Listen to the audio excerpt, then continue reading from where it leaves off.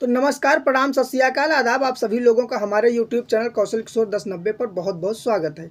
उम्मीद करते हैं आप और आपकी फैमिली बहुत ही स्वस्थ, मस्त और तंदुरुस्त होंगे। आप अपना और अपनी फैमिली का बहुत अच्छी तरह से ख्याल रख रहे होंगे। दोस्तों, घटना चक्र के माध्यम से आपको एक घटना के बारे में बताने जा रहे हैं, जो बहुत ही चलचित्र उस क्षेत्र की घटना है।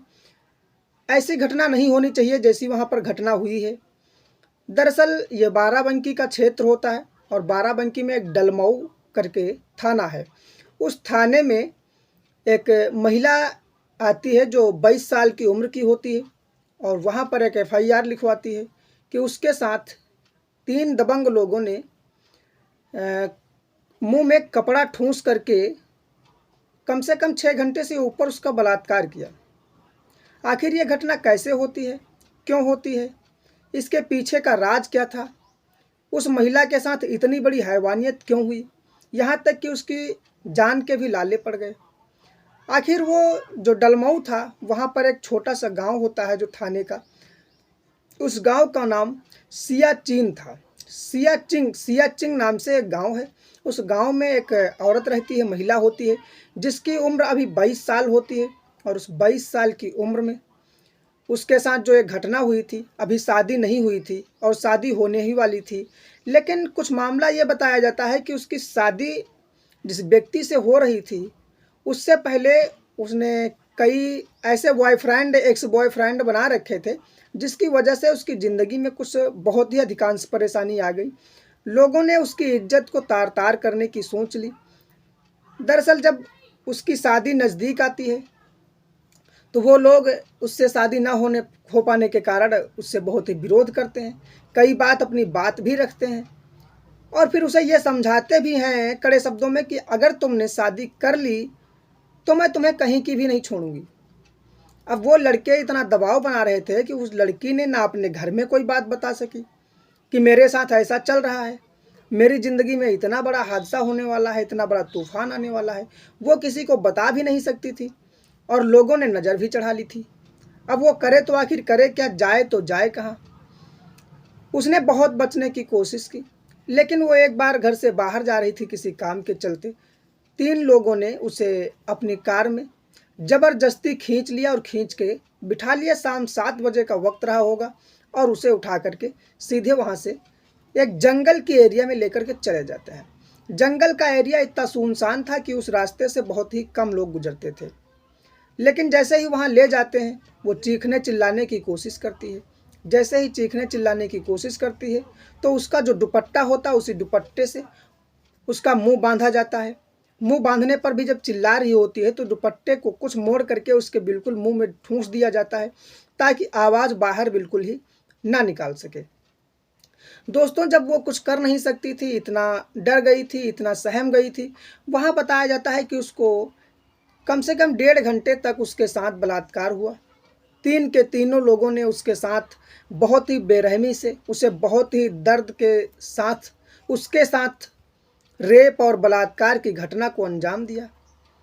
वो चिल्लाती रही, लेकिन लोगों ने उसकी दर्द को, उसकी चिल्लाहट को, उसकी चीखों को सुना ही नहीं। लड़की बेहोशी की हालात में हो चुकी थी। वहाँ से उठाते हैं उसको, फिर से कार में डालते हैं और कार में डालने के बाद में वो एक दूर का जंगल में एक ऐसा एरिया था जहाँ पर बहुत ही कम लोगों की बस्ती थी, सुनसान एरिया। जब क्राइम कोई करता है तो एक सुनसान और सन्नाटे का एरिया चुनता है। उन लोगों ने भी सन्नाटे का एक एरिया चुना और उस एरिया में ले जा कर के वहाँ देखा कि सिर्फ एक बंगला था और वो उसके दोस्त का था। वहाँ पर कोई भी व्यक्ति नहीं रहता था, जिसकी वजह से उस जगह पर ले जाते हैं और अपने दोस्त से बात करते हैं और कहते हैं कि कोई लड़की बीमार हो गई है रास्ते में, उसका मुझे ट्रीटमेंट करवाना है, अपने पास रखेंगे वरना हम फंस जाएंगे, मेरी गर्लफ्रेंड है। खैर, उनका दोस्त जानता भी था कि ये इसी की गर्लफ्रेंड है, क्योंकि उसकी गर्लफ्रेंड थी भी, लेकिन गुस्से के हालात में उसने जो किया था वो बहुत ही हैवानियत भरा कृत्य किया था। वो वहाँ पर ले जाते हैं, उसके साथ फिर से कम 3 से 4 घंटे तक फिर से उसके साथ बलात्कार, रेप, ऐसी घटनाओं को अंजाम देते हैं। लड़की जब चीखने चिल्लाने लगती है तो उसका मुंह बंद करते हैं, मुंह में कपड़ा ठूंसते हैं और फिर वहाँ से वो लोग फरार हो जाते हैं। फंस जाता है तो उनका दोस्त, और वो लड़की वहाँ बेहोशी की हालत में पड़ी थी। जैसे ही वो उन लोगों को जाते देखता है, वैसे ही वो अंदर जाकर के देखता है कि आखिर मामला माजरा क्या था, आखिर हुआ है तो हुआ क्या है। वहाँ पर पहुँचता है और देखता है कि लड़की बेहोश थी। लड़की को होश में लाया जाता है।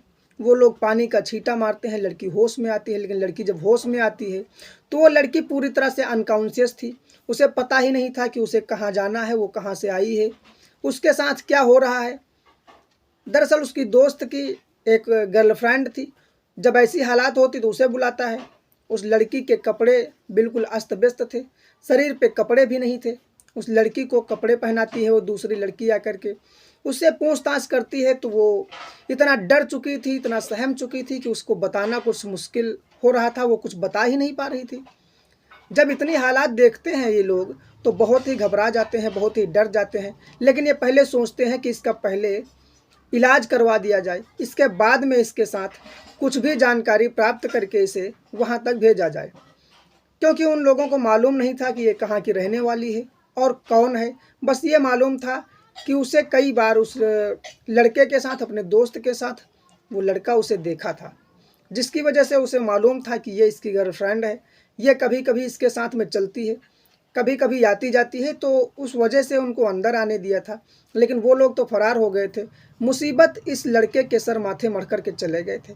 जैसे ही ये सारी चीज़ें उन लोगों को समझ में आती हैं कि ये इसके साथ बहुत बुरा हुआ है, इसके साथ बहुत गलत करके गए हैं, तो उन लड़की को हॉस्पिटल ले जाते हैं और हॉस्पिटल में कम से कम 2 दिन तक उसका इलाज चलता है। लड़की को होश आता है, लड़की अपने सेंस में आती है। लड़की से पूछा जाता है तो लड़की पूरी बात बताती है और कहती है कि ऐसा ऐसा हुआ है हमारे साथ में।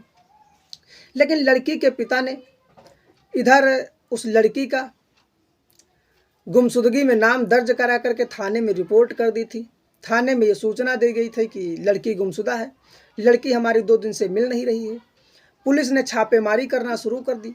पुलिस ने सभी पुलिस स्टेशन, सभी हेल्पलाइन नंबर पर, यहाँ तक कि सारे हॉस्पिटलों में खबर कर दी, फ़ोटो के साथ में। दरअसल वहाँ के डॉक्टर साहब ने उस फ़ोटो से उस लड़की को मैच किया तो पता लगा कि यही लड़की है। पुलिस को इन्फॉर्म किया गया, पुलिस वहाँ पर आई, पहुँची और उसकी हालात को देखा। पुलिस ने देख करके हालात को पहचाना कि वही लड़की है। उसके पिता को बुलाया गया। पिता जब आता है, देखता है बेटी की ऐसी हालात है, तो पिता रो रो करके उसका बुरा हाल हो जाता है, फूट फूट कर रोने लगता है। लड़की से सारी पूछताछ की गई। पुलिस डिटेल्स में उससे बात करती है, एक एक व्यक्ति का नाम पता जानने की कोशिश करती है। उन लड़कों का जो नाम था, कुलदीप, राजेंद्र और कुमार था। तीनों लड़कों को पकड़ा जाता है। तीनों लड़कों के साथ पुलिस अपने पुलिसिया बर्ताव में लग जाती है। किसी को डंडे से मारती है, किसी को थप्पड़ से मारती है, किसी को किस तरह से मारती है। उन लोगों से जब सच्चाई का पता नहीं लगता है, वो लोग नहीं कबूल रहे थे, तो फिर कमरे में बंद करके उनके साथ जो भी पुलिस का अंदाज था, उस पुलिसिया अंदाज में बहुत अच्छी तरह से पूछा जाता है। मार मार के डंडों से सारी की सारी स्थिति खराब की जाती है। आखिर पुलिस का मार साधारण इंसान के बस की बात ही नहीं है कि वो सच न बोल सके। आखिर वो क्रिमिनल गैंग के लड़के थे भी नहीं। उन लोगों का सच सारा बाहर निकल आया। उन्होंने बताया कि इस लड़की से हम लोग बहुत ही पहले से जुड़े हुए हैं, खूबसूरती के कारण उसे छोड़ना नहीं चाहते थे, और वो ये शर्तें भी रख रहे थे कि शादी के बाद भी आपको हमारे जीवन में सुख की आवश्यकता जब जब होगी तो सुख देना पड़ेगा। लड़की ने अब मुंह मोड़ना शुरू कर दिया था। वो अपना नया जीवन व्यतीत करने जा रही थी। अब उसे अपने एक नए पल में जीना था, इसलिए उसने इन सब बातों को इनकार करना शुरू कर दिया था।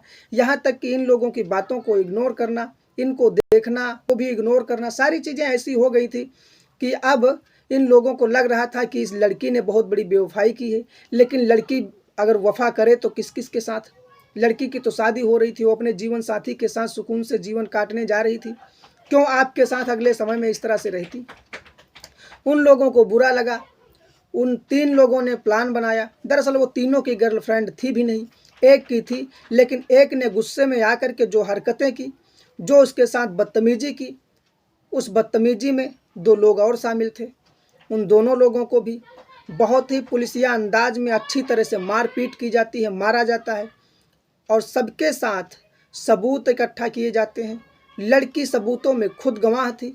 उन लोगों को रेप के केस में, बलात्कार के केस में FIR लिखी जाती है, मुकदमा दर्ज करके जेल भेजा जाता है।